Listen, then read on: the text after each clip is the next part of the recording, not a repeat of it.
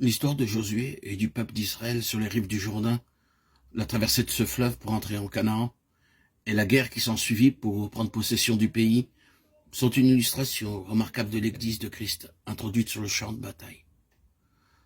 Le premier chapitre du livre nous présente le chef humain, choisi par l'Éternel pour conduire Israël à travers le Jourdain jusqu'en Canaan, afin d'affronter la bataille dans ce pays. Les noms de Josué et de Jésus ont la même racine, mais Josué est le mot de l'Ancien Testament, tandis que Jésus est celui du Nouveau. Josué, Jésus, Yeshua, celui qui est choisi pour conduire Israël en Canaan. Josué reçoit l'ordre d'être fort, ayant pour tout équipement la parole de Dieu et une obéissance implicite à cette parole. Tel était aussi l'équipement de notre Seigneur Jésus-Christ. Le Seigneur déclarait qu'il vivait de la parole de Dieu et que sa nourriture était de faire la volonté de son Père, Matthieu 4,4, Jean 4,35. Tout ce que Josué avait à faire était de recevoir les instructions qui lui étaient données de Dieu et de diriger le peuple sous ses ordres. Certains cantiques dépeignent Canaan comme étant le ciel, mais au ciel, il n'y a ni péché ni guerre. Or, le péché et la guerre existaient en Canaan. Canaan préfigure donc plutôt un stage de la vie chrétienne. Il eut pour Israël l'étape du désert, hors de laquelle Josué le conduisit jusqu'en Canaan, en traversant le Jourdain. Et il eut l'autre rive du Jourdain, qui signifiait pour le peuple la guerre, en vue d'entrer en possession du pays. Dans le désert, en deçà du fleuve, les Israélites avaient eu affaire avec leurs propres difficultés concernant la conduite qu'ils avaient à tenir. Il leur fallait de l'eau, et faute d'en trouver, ils furent remplis d'un esprit de murmure et de rébellion.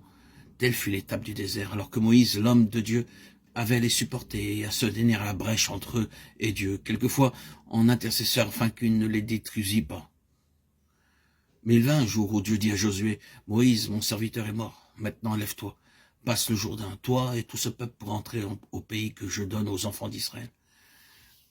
Et tout lieu que foulera la plante de votre pied, je vous le donne. » Josué 1, 2, 3. Avant même d'avoir traversé le Jourdain, ils avaient la garantie de la parole de Dieu, que tout lieu que foulerait la plante de leurs pieds leur avait été donné d'avance.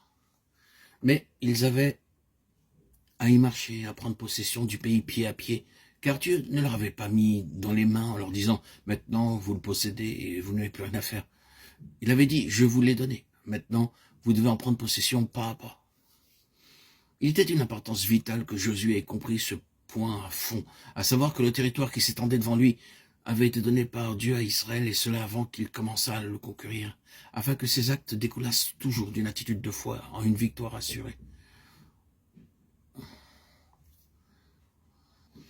Nous verrons dans les futures publications, les prochains audios, combien du côté de Josué il était nécessaire qu'il fût fort et plein de courage, afin de pouvoir collaborer avec Dieu dans l'accomplissement de ses promesses. Quelle puissance dans ces paroles! Fortifie-toi seulement, avait dit l'Éternel. Tout enfant de Dieu doit être attentif à cela dans le combat actuel. Nous sommes responsables de ne pas nous laisser décourager ni déprimer, même pour un instant en cédant aux tentations de l'ennemi qui veut détourner nos yeux de Dieu.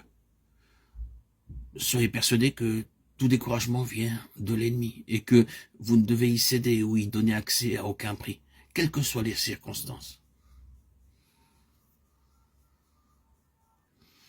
Josué n'est pas laissé dans l'incertitude quant à la méthode à employer pour être rempli de courage. Il lui enjoint de s'en tenir aux commandements de Dieu tels qu'ils sont décrits dans la loi, en agissant fidèlement selon toute la loi. Ne t'en détourne ni à droite ni à gauche, afin de réussir dans tout ce que tu entreprendras. Obéissance implicite, indéfectible à la parole de Dieu.